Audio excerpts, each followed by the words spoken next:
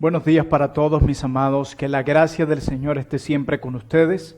Hoy nos hemos reunido de nuevo desde nuestras casas a honrar al Señor a través de su palabra, para conocer su voluntad, para valorar cada vez más a Cristo y para caminar por sendas de justicia.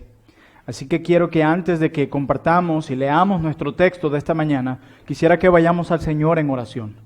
Que todos juntos en nuestros hogares inclinemos nuestros rostros y oremos a nuestro gran, poderoso y soberano Dios. Oremos, por favor.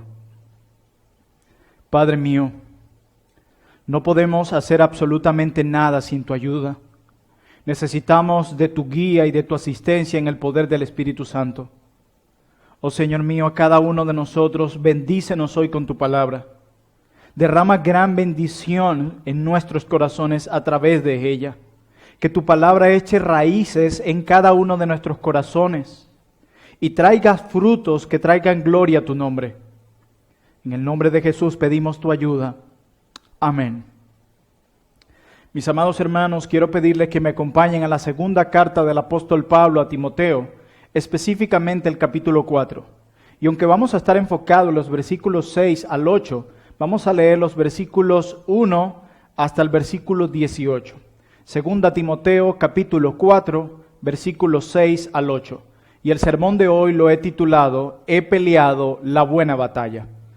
Vamos todos juntos a Segunda Timoteo capítulo 4, versículos 6 al 8 en nuestras Biblias, pero recuerden que vamos a comenzar desde el capítulo 4, versículo 1. Dice así la palabra de nuestro Dios: Te encarezco delante de Dios y del Señor Jesucristo, que juzgará a los vivos y a los muertos en su manifestación y en su reino, que prediques la palabra, que instes a tiempo y fuera de tiempo, redarguye, reprende, exhorta con toda paciencia y doctrina, porque vendrá tiempo cuando no sufrirán la sana doctrina, sino que teniendo comezón de oír, se amontonarán maestros conforme a sus concupiscencias, y apartarán de la verdad el oído y se volverán a las fábulas. Pero tú, sé sobrio en todo, soporta las aflicciones, haz obra de evangelista, cumple tu ministerio. Porque yo ya estoy para ser sacrificado y el tiempo de mi partida está cercano. He peleado la buena batalla, he acabado la carrera, he guardado la fe. Por lo demás me está guardada la corona de justicia, la cual me dará el Señor, juez justo, en aquel día. Y no solo a mí, sino también a todos los que aman su venida. Y continúa en el verso 9. Procura venir pronto a verme, porque Demas me ha desamparado amando este mundo y se ha ido a Tesalónica. Crescente fue a Galacia y Tito a Dalmacia. Solo Lucas está conmigo. Toma a Marcos y tráele conmigo, porque me es útil para el ministerio. A Tíquico lo envía a Éfeso. Trae cuando vengas el capote que dejé en Troas en casa de Carpo y los libros, mayormente los pergaminos. Alejandro el calderero me ha causado muchos males. El Señor pague conforme a sus hechos. Guárdate tú también de él, pues en gran manera se ha opuesto a nuestras palabras. En mi primera defensa ninguno estuvo a mi lado, sino que todos me desampararon. No les sea tomado en cuenta. Pero escuchen esto, hermanos. Pero el Señor estuvo a mi lado y me dio fuerzas para que por mí fuese cumplida la predicación y que todos los gentiles oyesen. Así fue librado de la boca del león. Y el Señor me librará de toda obra mala y me preservará para su reino celestial. A Él sea gloria por los siglos de los siglos. Amén. Hermanos, hoy quiero que miremos un poco hacia la vida del apóstol Pablo, hacia el ministerio del apóstol Pablo y hacia el sufrimiento del apóstol Pablo. Y lo haremos considerando sus palabras, las cuales nos permiten ir hacia el pasado del apóstol Pablo, mirar un poco hacia el presente del apóstol Pablo cuando escribió esta carta y mirar un poco hacia el futuro del apóstol Pablo. Pero quiero decirles que esta experiencia que vamos a estudiar esta mañana no es el punto principal de nuestro texto. Es más bien el argumento para el punto principal. El pasaje que acabamos de leer, sin duda alguna, como se dieron cuenta, es un pasaje cargado de emociones. Alguien decía que parece un salmo del Antiguo Testamento. Es como tener un salmo en el Nuevo Testamento. Una descarga de emociones de parte del apóstol Pablo. Quiero decirles que esta es la última carta que escribe el apóstol Pablo. Él está muy avanzado de edad y está a punto de morir, como veremos en la mañana de hoy.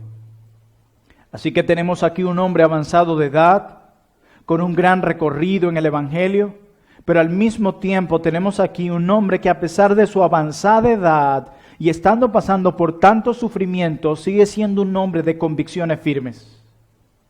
O como bien dijo un siervo del Señor, este es el mensaje de un soldado veterano y un anciano creyente para un joven cristiano e inexperto como lo era Timoteo.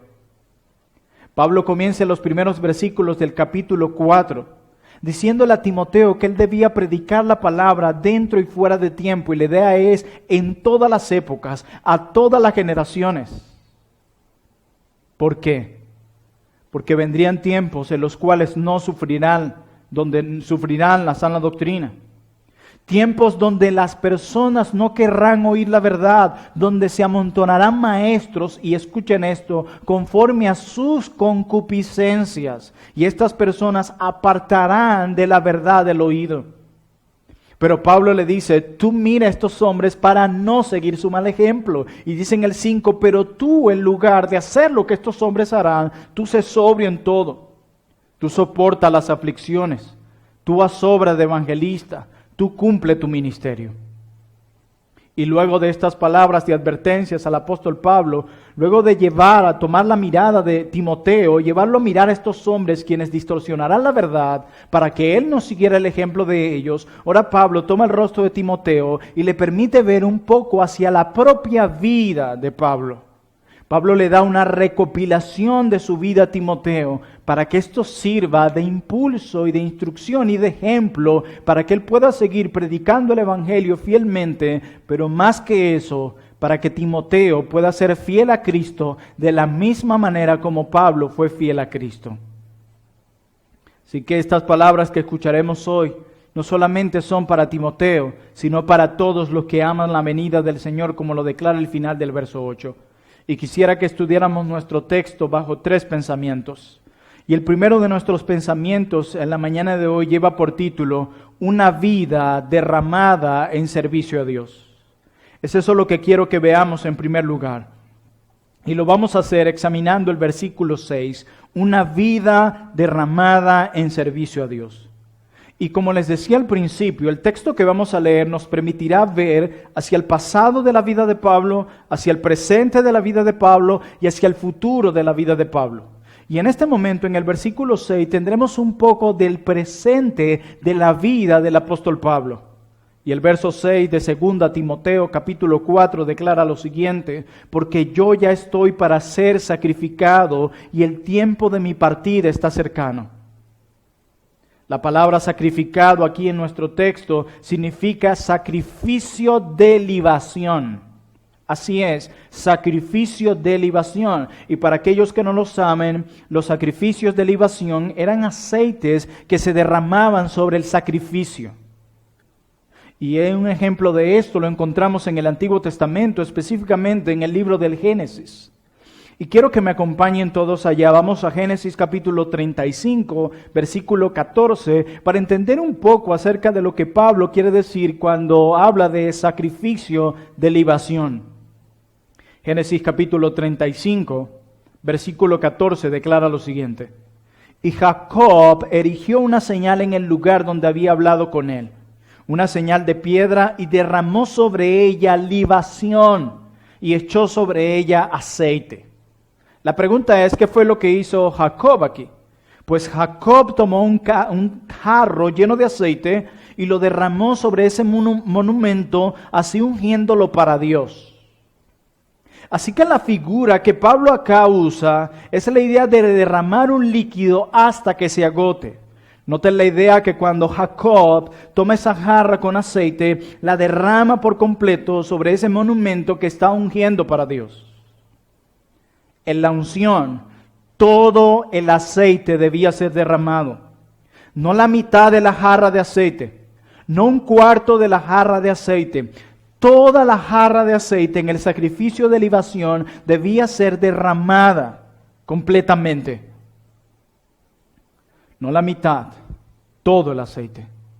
Y ahora la pregunta que viene a nosotros es, ¿por qué Pablo conecta esta idea del Antiguo Testamento aquí en el momento antes de morir, diciendo que él está a punto de ser sacrificado? ¿Qué quiere decir esto Pablo aquí cuando añade la palabra sacrificio de libación?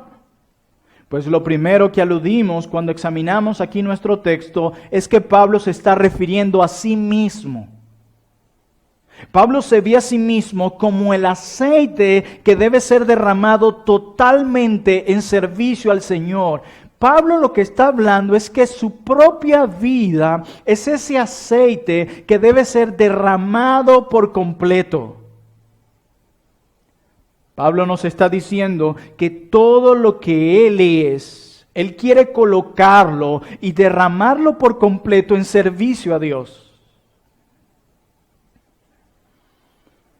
Hermanos, si nosotros estamos dispuestos a derramarnos completamente en servicio a Dios, no le daremos un poquito de nuestra vida, no le daremos un poquito de nuestro tiempo, no le daremos un poquito de nuestras energías, no le daremos un poquito de nuestras emociones, sino que estaremos dispuestos a derramarnos por completo, a derramar por completo nuestra vida en servicio a Dios.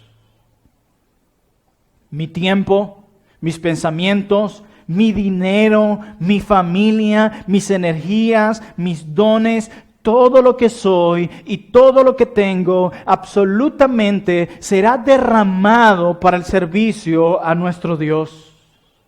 Pablo dice, porque yo ya estoy para ser sacrificado. Pablo hasta este momento ha derramado cada aspecto de su vida al servicio a Dios. No solamente cuando podía dedicarse tiempo completo a la obra, cuando las iglesias le sustentaban. Para aquellos que piensan que temas como esto o mandamientos como estos son únicamente para los pastores y misioneros. Pablo derramó su vida por completo, incluso cuando le tocó trabajar por sí mismo y sostenerse por sí mismo. Él dice, porque ya yo estoy para ser sacrificado. Él ha derramado de esa jarra de aceite de su vida, mucho de ese aceite en servicio al Señor. Pero queda una parte, dice Pablo. Y ahora, cuando yo sea asesinado por causa del Evangelio, se terminará de derramar todo lo que queda de mí en servicio a Dios. Pablo sabe que ese juicio va a ser imposible que lo gane y que él va a morir como lo vamos a ver ahora. Y él dice, lo último que me queda de este cuerpo, lo último que me queda de mi ministerio, lo último que me queda de mi vida hoy, cuando sea asesinado o cuando se me vengan a cortar mi cabeza, lo derramaré completamente todo al Señor. No me voy a reservar nada para mí. Todo será exclusivamente para Dios. Pablo dice, ya estoy a punto de ser asesinado. Y allí se derramará hasta la última gota de mi vida en servicio a Dios. Moriré, dice Pablo, para la gloria y la honra del Señor. Y él añade algo en la parte B del versículo 6. Y el tiempo de mi partida está cercano. La palabra partida allí significa muerte. Y la idea aquí de Pablo en este texto es que ya la muerte me respira en la nuca. Esa es la idea que transmite este texto. Pablo está diciendo que el momento de mi muerte ya ha llegado. El momento de mi muerte ya está aquí. Estoy pronto para ser asesinado. Esta será mi última carta. Estas quizás sean las últimas palabras que leas acerca de mí. Pero ¿sabes qué? Yo estoy listo ya para la muerte. ¿Saben por qué? Porque he cumplido por completo mi tarea. La tarea que mi Dios me encomendó, la he cumplido por completo. Por eso cuando miramos al presente de Pablo en este momento, nos encontramos un hombre que aún en el último minuto de su vida, que aún en su vejez, él está dispuesto a derramarse por completo en servicio a Dios. No es que Pablo anhela la muerte como que, bueno, ya es momento de morir, vivimos en un mundo tan horrible, aquí pasan cosas muy horribles como piensan muchos cristianos. Para nada, la razón por la que nosotros queremos partir es porque estaremos con Cristo y eso es mucho mejor. Pero también Pablo dice, pero si la voluntad del Señor es que yo esté más tiempo en esta tierra, será bueno para mí porque esto servirá para servirle a cada uno de ustedes, para que más comunidades cristianas sean establecidas en este mundo pecador. Pablo no es un hombre pesimista que quiere morirse a cada momento. No, la razón por la que Pablo establece que él está listo para morir es porque él ha cumplido la tarea que se le ha encomendado. Lamentablemente muchos se quedan a la mitad de la carrera cristiana. Y la razón por la que muchos no terminan la carrera cristiana es porque no todos están dispuestos a derramar toda su vida en servicio a Dios. Muchos comienzan bien la carrera cristiana, pero no todos terminan bien. Y la idea en la carrera cristiana no es que tú comiences bien. La idea en la carrera cristiana es que tú termines bien. La vida cristiana consiste en perseverancia. No es más cristiano, no es cristiano el que realmente se quedó al final de la carrera o el que corrió unos kilómetros en esta carrera. La Biblia dice que el que persevera hasta el fin, éste será salvo. El cristianismo consiste en perseverar hasta el fin. Angosto es el camino, angosta es la puerta por la que debemos andar. ¿Cuántos comenzaron esta carrera con nosotros? ¿Con cuántos hemos compartido la misma doctrina y el mismo bautismo y hoy están entregados al mundo e incluso creyéndose más cristianos sencillamente porque se bautizaron en el cristianismo, sencillamente porque un día asistieron a la iglesia y porque ya no se arrodillan ante ídolos de yeso de madera? ¿Qué error tan grande tienen muchos en la mente? Si tú no perseveras hasta el fin, no puedes llamarte a sí mismo, a sí misma cristiana. En el cristianismo no existen los que están fuera de la carrera, los que están dentro de la carrera y los que se apartaron por la carrera. En el cristianismo solamente pueden ser llamados cristianos los que están en la carrera. Los que están fuera de la carrera no pueden ser llamados cristianos, porque el Dios que nos salvó, a aquellos que salvó, le concede la gracia de la perseverancia. Muchos terminaron claudicando al final del camino, porque sencillamente no estuvieron dispuestos a derramar sus vidas por completo al Señor.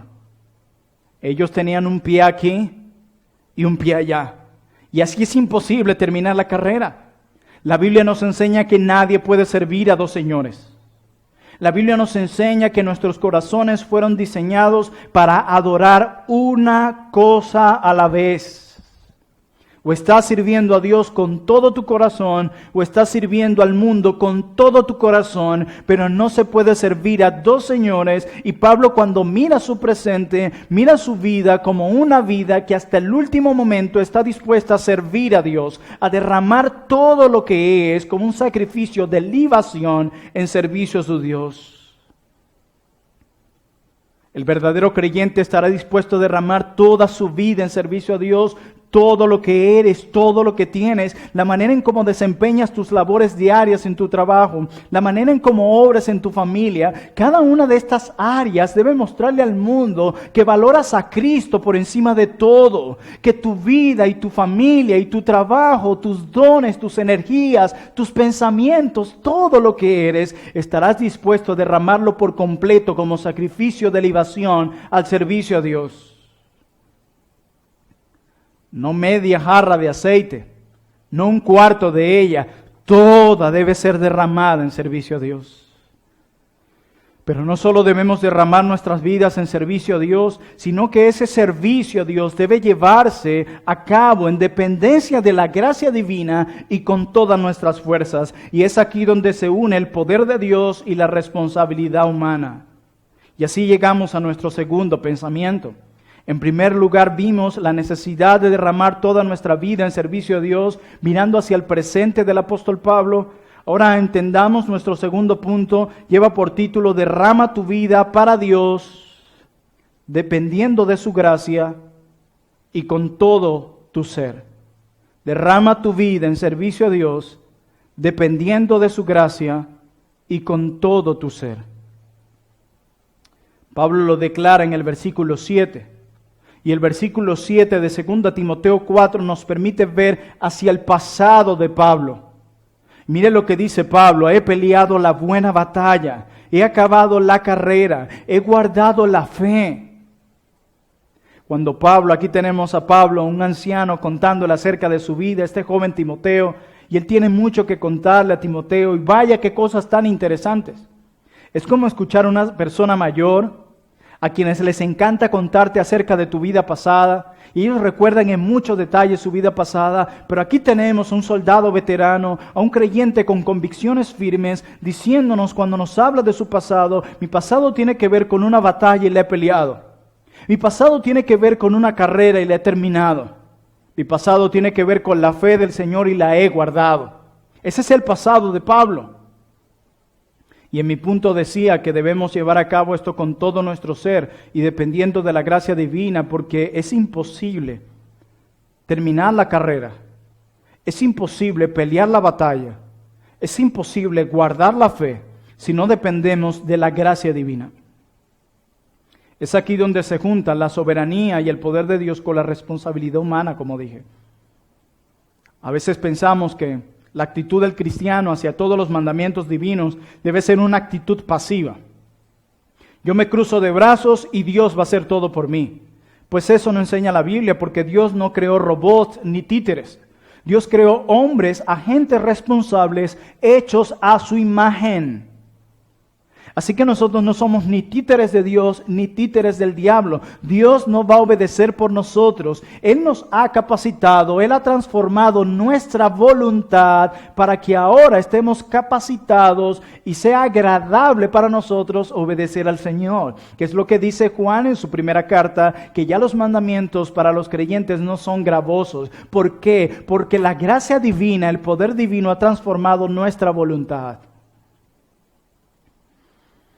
Pablo nos habla aquí de una batalla y de una carrera. Y cuando Pablo habla aquí de una batalla, en primer lugar, la figura que él emplea aquí es la figura de un cuadrilátero o de una competición. Da la idea de un combate cuerpo a cuerpo. Y para una pelea hace falta un contrincante. Para una pelea hace falta un enemigo. Y la Biblia nos enseña claramente que nuestros enemigos se llaman Satanás y nuestro propio pecado. Esos son los más grandes enemigos con quienes tendremos que pelear con todo nuestro ser y en dependencia de la gracia divina. Pablo mira hacia su vida en el pasado y él dice que por el poder del Señor, él ha podido pelear esa batalla contra principados y potestades. No ha sido en sus fuerzas. Él en Efesios capítulo 6 nos dice que la manera de pelear esta batalla ha sido con la armadura de Dios. Pablo en su segunda carta a los Corintios nos dice que para vencer en esta batalla, la gracia de Dios tuvo que haber sido suficiente para él. Pablo nunca nos ha enseñado, quien ha sido inspirado por el Espíritu Santo, a que esta batalla se lidia por sí solo. Él fue el que nos enseñó en Filipenses que es Dios quien pone en nosotros el querer y el hacer por su buena voluntad. Así que debido a esto, debido a que Dios obra con poder, tenemos la capacidad de obedecerle. Pero otro de nuestros enemigos es nuestro propio pecado. Así es. Ese enemigo que llevamos dentro, que es tan culpable de tantos dolores y tantos desastres que han venido a nuestra vida. Y muchos son vencidos en esta batalla porque se vuelven aliados de su enemigo Satanás, se vuelven aliados de los actos inmorales y pervertidos de este mundo. Por eso Santiago dice que quien se considera amigo del mundo debe considerarse inmediatamente un enemigo de Dios. Dios te ha dado las armas para pelear esta batalla. El Señor te ha dado la fuerza para pelear esta batalla. Por eso Pablo dice en Efesios 6, fortaleceos en el poder de su fuerza. Es en sus fuerzas que nosotros podemos lidiar con estos dos enemigos, con quienes tendremos que entrar en una batalla cuerpo a cuerpo en este cuadrilátero. Y como bien decía el puritano, si no matas a tu pecado, él te matará a ti. Y cuando este puritano dijo esto, estaba hablando muy en serio. Y lo que él dice es totalmente compatible con lo que la Escritura enseña. Nadie que ceda ante estos dos enemigos, Satanás y a nuestro propio pecado, podrá vencer en esta batalla.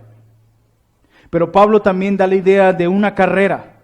He acabado la carrera de la fe. Cuando pensamos en una carrera, inmediatamente muchas de las carreras involucran obstáculos. Pablo dice, yo en medio de esta carrera, en primer lugar, yo he peleado contra este enemigo en dependencia de la gracia y he podido avanzar. Pero también he corrido una carrera llena de obstáculos, naufragios, azotes, persecuciones, prisiones, abandono, traición. Muchos menospreciaron incluso su apostolado, pero a pesar de todos esos obstáculos, la gracia de Dios fue suficiente para yo culminar esta carrera. Y Pablo nos lleva al capítulo 2 de esta misma carta para ampliarnos esta idea de cómo realmente alguien puede derramar su vida en servicio a Dios, en dependencia de la gracia y con todo nuestro ser. Segunda a Timoteo, capítulo 2, versículo 2 en adelante, versículo 1 en adelante.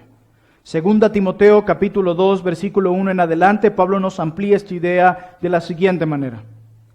Tú pues, hijo mío, esfuérzate en la gracia que es en Cristo Jesús. Notan el primer elemento, esfuérzate en la gracia. La gracia nos otorga los recursos y el poder y la voluntad para obedecer a nuestro Dios. Dice, esfuérzate en la gracia que es en Cristo Jesús.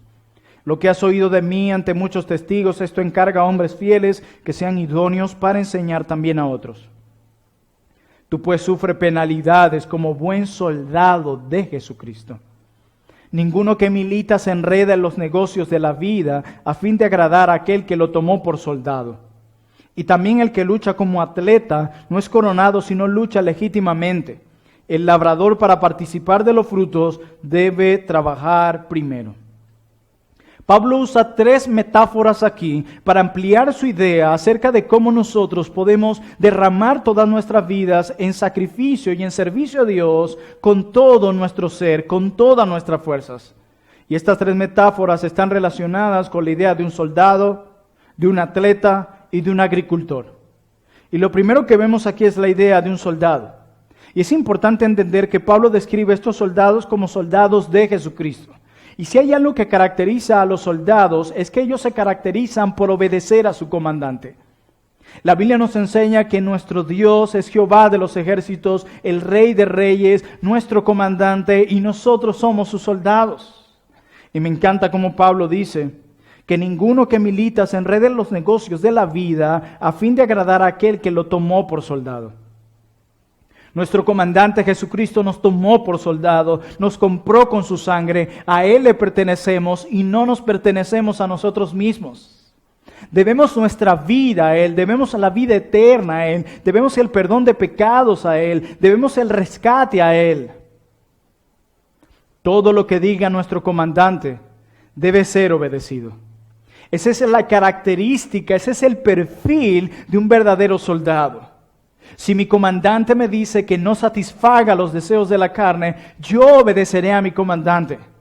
Si mi comandante me dice que me goce en medio de las dificultades, yo como buen soldado de Jesucristo obedeceré a mi comandante. Si mi comandante me dice que quite de mi mente la idea de ser una especie de rey y príncipe a quien todo el mundo debe servir, sino que más bien tome la idea de un esclavo, de aquel que está llamado a servir a otros, yo debo obedecer a mi comandante. Yo quiero recordarte con esto que la iglesia de Cristo no está llena de reyes y príncipes que deben ser servidos. No, la iglesia de Cristo está llena de siervos, de servidores, quienes deben estar dispuestos a tomar el agua y lavar los pies sucios de sus hermanos.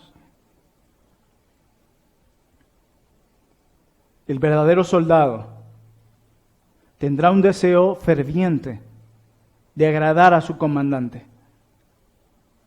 Y lo más increíble de esto es que nuestro comandante es amoroso, soberano, sabio y bueno. ¿Quién no estará dispuesto a honrar a un rey así? Que lo único que desea es que experimentemos el verdadero gozo y la verdadera satisfacción que solo se encuentra en Él.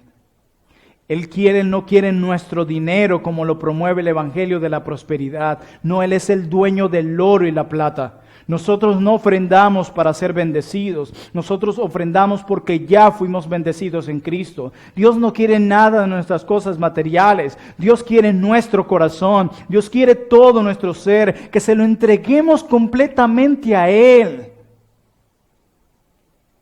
Por eso Él dice, todo hombre que estará dispuesto a servir a Dios con todas sus fuerzas, será como un soldado que estará dispuesto siempre a obedecer a su comandante. Y la segunda metáfora que el apóstol usa es la metáfora de un atleta. Y Pablo dice que el atleta que no lucha no será coronado. Pablo dice, ¿qué atleta sin luchar puede esperar ser coronado? No, el atleta que espera ser coronado lucha, trabaja arduamente, entrena arduamente para ser coronado. Y muchas veces este atleta tendrá que despojarse de muchas cosas que puedan impedirle ganar esta carrera. Sus dietas son sumamente fuertes, porque ciertos alimentos les pueden afectar en su ejercicio, en su crecimiento para poder ganar esta carrera. Hay muchas cosas de las que debemos despojarnos que se convertirán en un obstáculo para que tú y yo terminemos esta carrera. Pero también la Biblia nos enseña acerca de los atletas, lo disciplinados que son, lo esforzados que son. Cuando tú miras un poco a aquellos que compiten en los Juegos Olímpicos, tú te puedes dar cuenta que muchos de esos hombres y mujeres entrenan por años para tan solo competir por segundos. Para al final obtener una corona corruptible. Una corona que el fuego puede acabar con ella. Una corona que los ladrones de este mundo se pueden arrebatar. Y una corona que ellos nunca podrán llevar consigo a la tumba. Y Pablo dice, el verdadero creyente se esforzará y luchará de la misma manera como un atleta. El reino de los cielos no da lugar para los perezosos e indisciplinados, sino para aquellos que están dispuestos a obedecer a su comandante y a luchar fuertemente contra los obstáculos que enfrentaremos en esta carrera. Pero la tercera metáfora que usa el apóstol es la de un agricultor. Y cuando tú piensas en el agricultor, piensas en un hombre que trabaja duro. Nosotros vivimos en días donde nadie quiere trabajar. Nos acostumbramos a que todos nos lo regalen. Lamentablemente hay una crisis de liderazgo en nuestras familias. Los hombres no quieren trabajar, no quieren esforzarse, no quieren utilizar las energías, los dones y la inteligencia que Dios les proveyó. Nadie quiere esforzarse. Queremos que otros hagan lo que a nosotros nos corresponde hacer. Alguien decía una vez, escuché un predicador, si no me equivoco, citar esto. Y alguien decía, hijo, consíguete un trabajo donde no tengas que trabajar. Esa es la idea de muchos hoy. Nadie quiere esfuerzo, queremos todo fácil. Y a veces miramos grandes ministerios de hombres de Dios y decimos, yo quiero esa clase de ministerio en mi vida, yo quiero que Dios me use como usa ese hombre, pero ninguno estamos dispuestos a esforzarnos y a trabajar duramente como esos hombres lo hicieron. Nadie quiere esforzarse. Nadie quiere ir a la segunda milla, nadie quiere sudar. Si no, pregúntale a los jóvenes de tu iglesia, ¿quién quiere ser agricultor en nuestros días? Todos quieren ser youtuber. Nadie quiere nada que traiga complicaciones. Nosotros queremos lo que otros tienen, pero no queremos esforzarnos de la misma manera como ellos se han esforzado, negando la gloria de Dios en nuestras vidas, que nos ha hecho a su imagen y nos ha dado dones para trabajar, para ponerlos en servicio al Señor. Y Pablo dice que el verdadero creyente que servirá al Señor con todo su ser, no solamente estará dispuesto a obedecer a su comandante, quien es Jesús, no solamente estará dispuesto a luchar como un atleta y ser disciplinado, sino que trabajará duro como lo hace un agricultor. De hecho, el agricultor sale a trabajar antes de que el sol salga. Y tiene que ser muy paciente para ver los frutos de su cosecha. ¿Sabes lo duro y lo fuerte que es arar la tierra? Pues Pablo compara al verdadero cristiano diligente y que está llamado a servir a Dios como aquel que trabaja tan duro como un agricultor. Todos quieren ganar esta batalla. Todos quieren terminar esta carrera. pero ninguno quiere trabajar duro. Ninguno quiere sacrificarse, convirtiéndose en una vergüenza para el cristianismo. Hemos reducido nuestro cristianismo, sin duda alguna, a un cristianismo detrás de la pantalla del celular. No, el verdadero cristiano debe trabajar duro. Yo creo que son tiempos en los que muchos deberían dejar a un lado su celular por un tiempo. Hoy estos teléfonos celulares, aunque la tecnología es muy buena, lamentablemente en otro lado nos ha embobado, nos ha vuelto muy tontos. Pasamos todo el día pegados ahí viendo videos que promueven una gran trivialidad y no estamos nutriendo nuestras almas y luego nos preguntamos ¿por qué no hemos avanzado y por qué sencillamente nuestra vida espiritual está tan raquítica? Que Dios nos permita servirle en nuestro trabajo, en nuestra familia, con todo lo que tenemos y con todo lo que somos. Muchos van a claudicar en esta carrera porque son pocos los que estarán dispuestos a sacrificarse de esta manera. Mira, hermanos, cada una de estas metáforas que acabamos de leer aluden a una persona que está comprometida con algo mayor que sí misma. Escuchen esto, esta persona está dispuesta a esforzarse y a sacrificarse e incluso a soportar situaciones difíciles para alcanzar un objetivo mayor. Y Pablo, cuando mira su pasado, él mira su vida de esta manera, una vida desgastada radicalmente en servicio al Señor. Los perezosos en la iglesia de Cristo son un gran obstáculo para continuar. Pablo dice, he peleado la buena batalla, he guardado la carrera de la fe, he terminado la carrera de la fe. Y por último dice, he guardado la fe. Lo que Pablo está diciendo en ese último lugar, cuando él mira su vida en retrospectiva, es, yo he retenido todo este tiempo mi confianza personal en Dios. Lo que está diciendo Pablo con esto es que cuando yo miro hacia atrás en mi vida, yo puedo ver que yo he retenido mi confianza en las promesas de Dios. A pesar de los azotes, a pesar de los naufragios, a pesar del hambre que Pablo tuvo que experimentar, a pesar de las prisiones tan horrendas de aquel tiempo, a pesar de todo el dolor, las traiciones, el menosprecio, el rechazo y el abandono, como lo dice versículos más adelante en este mismo capítulo 4, a pesar de todo esto, yo siempre he retenido mi fe en el Señor y en sus promesas. Pablo dice, yo siempre he estado consciente que mi Dios es real. Yo miro atrás a mi vida, yo he estado consciente, y esto se debe a la gracia divina, no lo olviden. Yo he podido estar consciente de que Dios es poderoso, de que Él ha estado conmigo, de que Él es Emmanuel, Dios con nosotros, de que Él nunca me ha abandonado, y me he refugiado en cada una de sus promesas para hallar contentamiento y gozo. Si ustedes leen los versículos siguientes, en este capítulo 4, Pablo dice que en su juicio todos lo abandonaron. Todos lo desampararon. Quedó solo. Aquel que había predicado a multitudes quedó solo. Aquel que envió cartas a muchas iglesias quedó solo. Aquel que predicó el evangelio a muchos cristianos y discipuló a otros quedó solo. Y a pesar de eso no tenemos un Pablo sufriendo de autocompasión. ¡Ay, todo el mundo me dejó solo, pobrecito de mí! ¿Saben por qué no vemos en Pablo un hombre autocompasivo? Porque él era un hombre que entendía que la gracia de Dios era suficiente para él. Él había guardado la fe. Si tú eres cristiano y eres de los que piensa, wow, hermano, me siento solo. Yo quiero decirte que debes corregir esa mentalidad inmediatamente. Porque el cristiano nunca está solo. Y es lo que dice Pablo en los versículos siguientes. Aunque todos me desampararon, el Señor estuvo conmigo y me dio fuerzas. Por cierto, este es uno de mis pasajes favoritos en la Biblia. El Señor estuvo conmigo y me dio fuerza. Cuando tú dices que estás solo o que te sientes sola, estás negando la presencia de Dios en su Espíritu dentro de ti. Tú estás diciendo que el Espíritu no está contigo, que Dios mintió cuando dijo que estaría siempre contigo.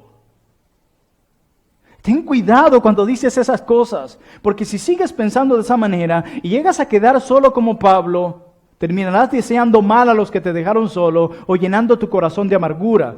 Pero cuando miras a Pablo, un hombre que ha guardado la fe y ha quedado solo, lo que Pablo dice es: Señor, no le tengas en cuenta ese pecado. Esas son las palabras de un hombre que ha retenido su fe en Dios y en su promesa. Y dice: el Señor ha estado conmigo y me ha dado fuerzas. El cristiano nunca está solo. Así que deja de estar diciendo eso, pensando de esa manera, porque nunca está solo. Dios está con nosotros. Por último, hermanos, y en este punto seré un poco más breve, hemos visto que debemos derramar nuestra vida en servicio a Dios. Hemos visto que debemos derramar nuestra vida en servicio a Dios en dependencia de su gracia, involucrando todo nuestro ser. Y por último, tu servicio a Dios será recompensado. Hemos visto al presente de Pablo, hemos visto al pasado de Pablo y ahora veamos el futuro de Pablo. Versículo 8. Por lo demás me está guardada la corona de justicia, la cual me dará el Señor, juez justo, en aquel día, y no solo a mí, sino también a todos los que aman su venida. Esta palabra aquí, por lo demás, es una porción de transición en nuestro pasaje, y lo que Pablo está dando a entender: bueno, ahora lo que me espera, lo que me viene es esto. Nosotros podemos mirar el futuro de Pablo y lo que le espera a Pablo es recibir una corona. En la Biblia siempre encontramos, junto con mandamientos, encontramos una promesa. Nuestro Dios es tan bondadoso que no solamente nos da la capacidad para obedecerle, sino que también pretende recompensar nuestra obediencia. Y una de las cosas que alentaba al apóstol Pablo era la esperanza de un galardón que Dios le había prometido. Hermanos, si hay algo que nos mantiene vivos y trabajando duros es la esperanza. Tú le dices a un niño que trabaje duro en la semana y se porte bien, porque el sábado lo sacarás a la calle, le darás un helado, lo llevarás a pasear, y la esperanza en ello lo motiva a trabajar duro en la semana. Es increíble lo que la esperanza en algo puede hacer en nuestras vidas. Pero Pablo tenía la esperanza en algo que no podía ser destruido. Pablo tenía su esperanza en algo que no le podía ser arrebatado, como aquellas cosas temporales de esta vida. En aquel galardón, en aquella corona que nuestro Dios, juez justo, le había prometido. Y la idea aquí es nuestro texto, es que esta es la corona apropiada, la cual me dará el Señor, quien es juez justo. Yo quiero decirles que el día de la segunda venida de nuestro Señor Jesucristo será un día de retribución. Así es. A los que rechazaron a Cristo, a quienes no le confesaron como el Salvador de sus vidas, estos recibirán castigo.